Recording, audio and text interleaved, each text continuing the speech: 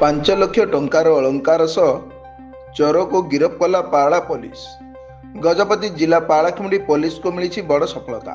ସୂଚନା ପ୍ରକାରେ ଗତ ପାଳାଖେମୁଣ୍ଡି ଥାନା ଅନ୍ତର୍ଗତ ରାଣୀପେଣ୍ଟା ଗ୍ରାମରେ ଦିନ ଦ୍ୱିପ୍ରହରରେ ଏକ ଚୋରି ଘଟଣା ଘଟିଲା, ଯାହାକି ରାଣୀପେଣ୍ଟା ଗ୍ରାମ ନିବାସୀ ପଗୁରୁ ଚିନ୍ନାପାଡ଼ୁ ତାଙ୍କ ଘରେ ଚୋରି ହୋଇଥିବା ନେଇ 12/11/2025 ତାରିଖରେ ପାଳାଖେମୁଣ୍ଡି ଥାନାରେ ଲିଖିତ ଅଭିଯୋଗ କରିଥିଲେ।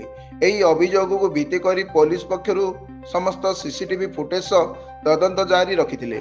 ପରେ କିଛି ସନ୍ଦେହ ବ୍ୟକ୍ତିଙ୍କୁ ନେଇ ପଚରାଉଚରା କରିଥିବା ବେଳେ ଚୋରି ଘଟଣାର ପର୍ଦ୍ଦାଫାଶ ହୋଇଥିଲା।